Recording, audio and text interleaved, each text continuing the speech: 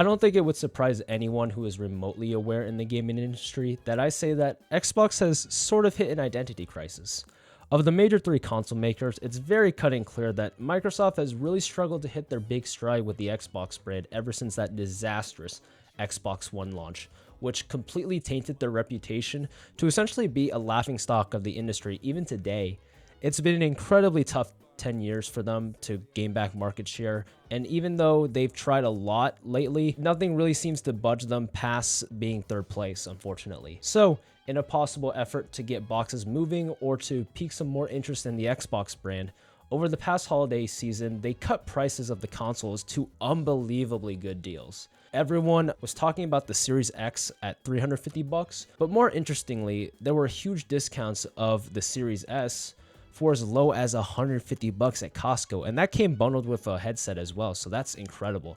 For context, that was cheaper than a brand new Nintendo Switch Lite over the past holiday season. Because of the deals, I decided to snatch up a Series S up, not only to add the console to my arsenal, as I do have quite a bit of Xbox friends I want to play with, but to also refamiliarize myself with the Xbox ecosystem and better understand why someone would pick up a Series S specifically over the competition and even the Series X to some extent, especially at these record low prices. Now, unboxing the Series S for the first time, I immediately noticed how small and light it was. I mean, compared to my PlayStation 5 and my PC, it is remarkably smaller and lighter, and it was surprisingly not much larger than the Switch or Steam Deck I have. The Series S is easily one of the most portable consoles that you can carry with you everywhere, and can fit in a wide variety of everyday carry bags. Now, with that small size, you do lose some major things you need to keep in mind. First thing, pretty obvious, the disk drive, which means that if you have a collection of previous Xbox titles or DVD or Blu-ray movies, you're basically SOL. You're at the mercy of Microsoft's digital storefronts and pricing, and just like we saw with Sony removing thousands of movies, Microsoft could do exactly the same.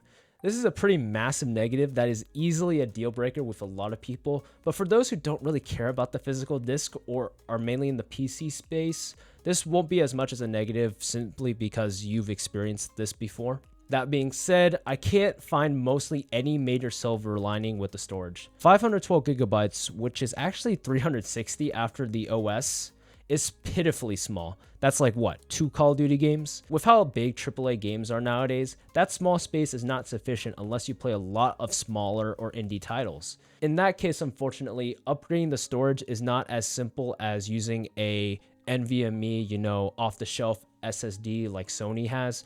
You have to buy a very pricey proprietary SSD. Alright, let's head on to performance next. After using the console for about a month or two, I think people really underestimate and misrepresent the price to performance of this little box a little bit. But it's very obvious that the Series S is not as powerful as its competition. In fact, it's actually graphically less capable than their last generation flagship, which was the Xbox One X. But using it, I have been pleasantly surprised with the performance. First-party titles like Forza and Halo Infinite run absolutely beautifully with no issues. And it can easily run lighter RPGs, lighter 2D indie titles, and even previous generation Xbox One and Xbox 360 titles with relative ease.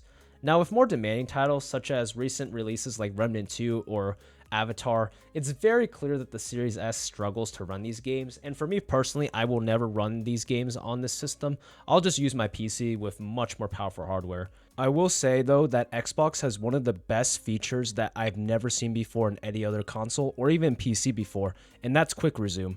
Being able to switch games back and forth without launching each game every single time is such a time saver that I wish existed on more consoles and even PC for that matter. Now, I do want to quickly talk about Game Pass because I feel like Game Pass is such a big thing on the Series S since it is a digital-only console. So you're basically inclined to either buy digital or purchase Game Pass. Basically, it's a Netflix subscription that you get access to hundreds of games. It's very, very akin to like Netflix, but the big difference between Xbox and say PlayStation's offering for a game service with PlayStation Plus is that Xbox exclusives and a lot of third-party titles get released day one on the service, so you're not really missing out on a bunch of the new games. With that being said though, it's widely regarded that Xbox exclusives usually are inferior to PlayStation or Nintendo exclusives.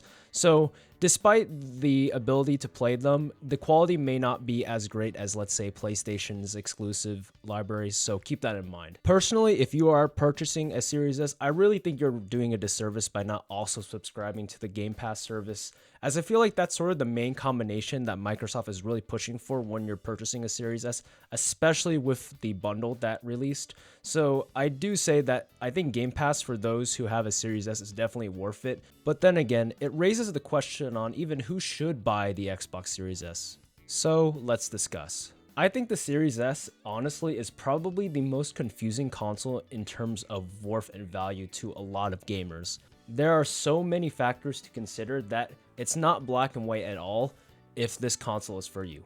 That being said, I think I can give a general rule of thumb. Number one, are you heavily invested in the Xbox ecosystem and this will be your main system? If so, then absolutely not. Spend more on the Series X instead. You're going to get a lot more mileage, and especially if you have a huge back catalog of Xbox 360 or One games, they should run absolutely fine. Otherwise, will this Xbox be a secondary system to say like an existing PlayStation 5, Switch, or even another Xbox?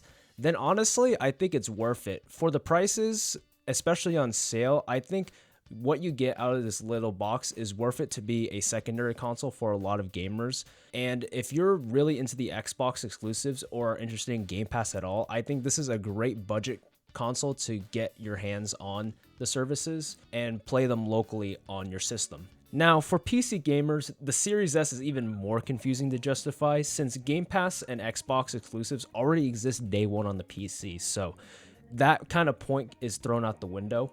Personally, if your PC is in a different setup, then I think in that specific scenario, the Series S may be worth the money if you plan to use it in, say, like the living room or a completely different room as a secondary home console to just play, on the couch with the buds.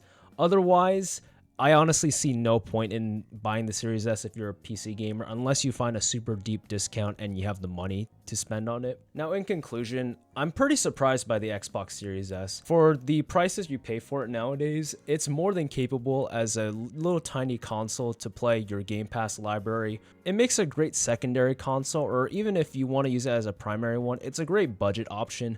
Though there are so many questions with not just the Series S, but Xbox in general on what the future holds for this console, and honestly, not just the console, but the entire brand as a whole, especially with the recent leaks that have been popping up. We should be expecting an Xbox like business direct within the upcoming days, so be on the lookout for that. But until then, I think for me personally, as much as I love this console, I honestly cannot do a hard recommend on it until we get further information on what the future holds for the Xbox brand, which is unfortunate, but it's something that we do need to keep in mind, especially with how rocky the Xbox brand has been over the past couple of years. So hopefully you guys enjoyed the video. If you did, make sure to leave a like. Let me know if you're an Xbox guy. Do you plan to get an Xbox? Are you worried about the Xbox's future?